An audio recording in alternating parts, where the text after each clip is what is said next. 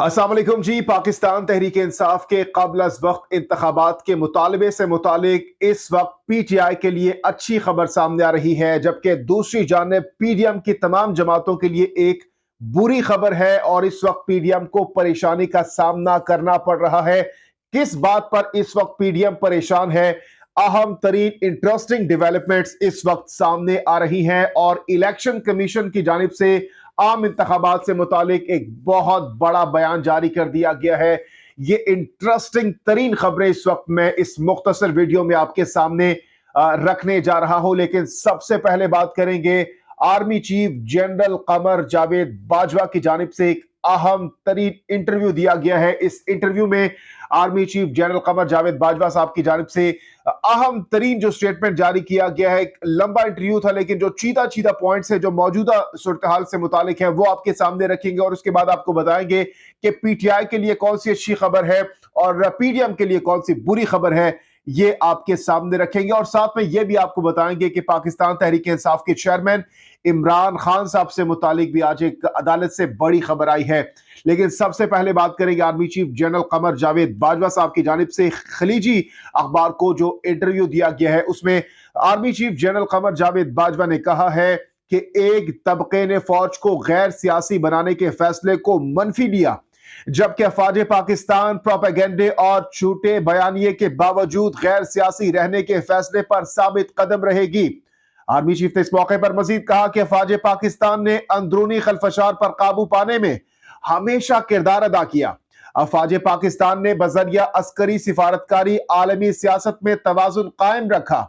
Army chief ने इस मौके पर मजीद कहा कि फौज के गैर सियासी होने को कुछ अफराद ने हदफ तनकीद बनाया।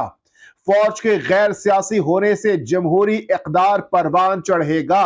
उन्होंने आखिर में यह भी कहा कि फौज के गैर सियासी होने से फौज के अवाम से ताल्लुकात मजबूत होंगे। अच्छा जी, इसके साथ साथ जो दूसरी बड़ी खबर है वो ये है कि जैसा कि इमरान खान साहब की जानिब से रावलपिंडी के लॉन्ग मार्च के इख्तिताम पर असेंबली तहलील करने से मुतालिक बयान दिया गया और उसके बाद हमने देखा कि पीडीएम की जानिब से कहा गया कि वो अदम एतमाद की तहरीक लाने जा रहे हैं। लेकिन इस वक्त जो खबर आ रही है वो ये आ रही है कि पीडीएम को इस वक्त अदम एतमाद की तहरीक या एतमाद का वोट लेने से मुतालिक परेशानी का सामना करना पड़ रहा है, चूंकि जो इजलास है वो पिछले 4 महीनों से पंजाब असेंबली का जारी है और दौरान इजलास किसी किस्म की तहरीक पेश नहीं की जा सकती अदम एतमाद से मुतालिक, और ये इख्तियार सिर्फ और सिर्फ स्पीकर के पास होता है कि वो जो असेंबली का इजलास है वो खत्म कर सकता है। इसके अलावा ये इख्तियार किसी के पास नहीं होता और जाहिर सी बात है पंजाब असेंबली का स्पीकर सिप्तान खान पाकिस्तान तहरीक इंसाफ का है, तो वो कभी भी इस इजलास को खत्म नहीं करेंगे और इजलास जब तक खत्म नहीं होगा तब तक किसी किस्म की अदम एतमाद की तहरीक नहीं लाई जा सकती, जिसकी वजह से अब पीडीएम के हवाले से बताया जा रहा है कि वो इस हवाले से परेशान है और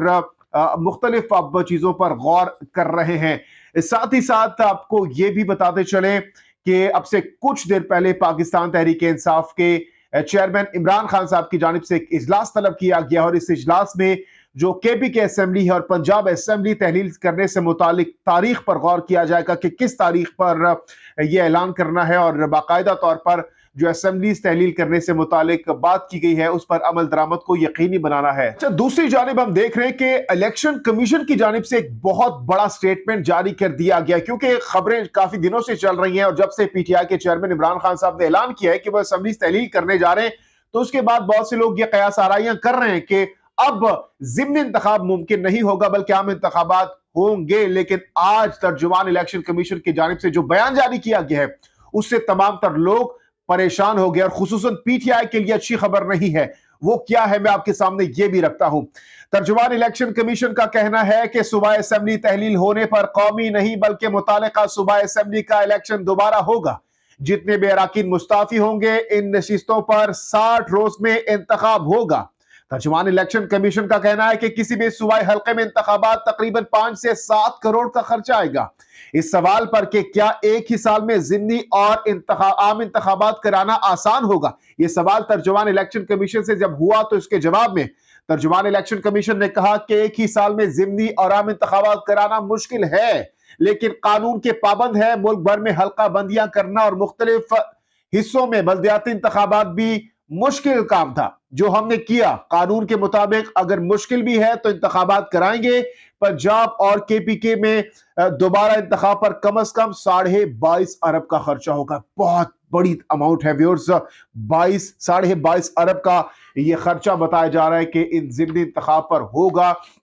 और अगले साल जैसा कि आम इंतखाबात में तो मुल्क की जो खजाना है उस पर बहुत बोझ पड़ेगा इन इंतखाबात के नतीजे में, अगर अलग अलग से ये होते हैं। अच्छा जी, जो अच्छी खबर है पाकिस्तान तहरीक इंसाफ के चेयरमैन इमरान खान साहब के लिए, वो ये है कि आज इस्लामाबाद की इस्तिदाद दहशतगर्दी अदालत में इमरान खान साहब के ऊपर जो इलेक्शन कमीशन के फैसले के बाद जो एहतजाज किया गया पाकिस्तान तहरीक इंसाफ की जानिब से, उस मौके पर कार सरकार में मुदाखलत से मुतालिक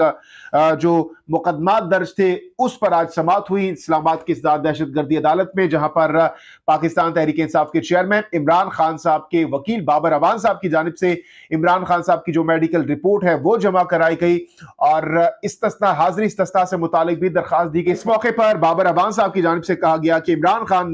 पेश नहीं हो सकेंगे, जिस पर अदालत की जानिब से यानी मुअज़्ज़िज़ जज साहब की जानिब से यह इस्तफसार किया गया कि इमरान खान तो अवामी जलसे में मौजूद थे तो अदालत में क्यों पेश ना हुए, जिस पर वकील ने बताया कि इमरान खान के हेलीकॉप्टर को इस्लामाबाद लैंडिंग की इजाजत नहीं मिल सकी, जिस पर अदालत ने इस्तफसार किया कि लैंडिंग की इजाजत ना मिलने का कोई तहरीरी ऑर्डर है, जिस पर वकील ने कहा कि तहरीरी ऑर्डर तो कोई नहीं है। अदालत ने एक केस में इमरान खान की अबूरी जमानत में 9 दिसंबर जबकि दूसरे केस में 17 दिसंबर तक तौसी करते हुए समाअत जो है वो मुलतवी कर दी गई है। अच्छा जी, इसके साथ साथ जैसा कि मैंने आपको बताया पाकिस्तान तहरीक इंसाफ के चेयरमैन इमरान खान साहब की जानिब से आज जो इजलास है वो तलब किया गया है। इस हवाले से दोनों तरफ से मुतजाद खबरें आ रही है। एक तरफ हुकूमती जो रहनुमा है वो कह रहे हैं कि पाकिस्तान तहरीक इंसाफ के चेयरमैन इमरान खान साहब ने तो कह दिया है, लेकिन वो इस पर भी यू टर्न लेंगे, वो जरूर यू टर्न लेंगे और वो कभी भी जो असेंबली तहलील करने का फैसला है उस पर अमल दरामद नहीं करेंगे। और दूसरी तरफ परवेज इलाही साहब के हवाले से जो डाउट्स थी, जो शक व शुबे का इजहार किया जा रहा था कि वो कभी भी जो असेंबली तहलील करने से मुतालिक इमरान खान साहब की जानिब से कहा गया है कि वो तहलील करेंगे, तो वो इस पर कभी भी अमल दरामद ये नहीं करेंगे। तो उस हवाले से हमने देखा कि मोनिस इलाही साहब ने दो टोक अल्फाज में कहा कि ये इमरान खान साहब की जानिब से हमें वजारत दी गई है और ये उनकी अमानत है, और उसके बाद हमने देखा कि परवेज इलाही साहब की जानिब से भी यही कुछ कहा गया। अच्छा जी, इसके साथ साथ army chief general Qamar Javed Bajwa साहब की जानिब से अलविदाई मुलाकातों का जो सिलसिला है वो जारी है और अब से कुछ देर पहले उनकी जानिब से वजीर आजम पाकिस्तान शहबाज शरीफ साहब से भी मुलाकात की गई, अलविदाई मुलाकात की गई। तो ये कुछ एक्सक्लूसिव अपडेट्स थी जो कि मैंने आपके सामने रख दिए हैं इन खबरों से मुतालिक। अगर आप अपनी राय देना चाहते हैं तो जरूर दीजिएगा। जहांगीर खान को नेक्स्ट वीडियो तक के लिए दीजिए इजाजत। अल्लाह हाफिज़।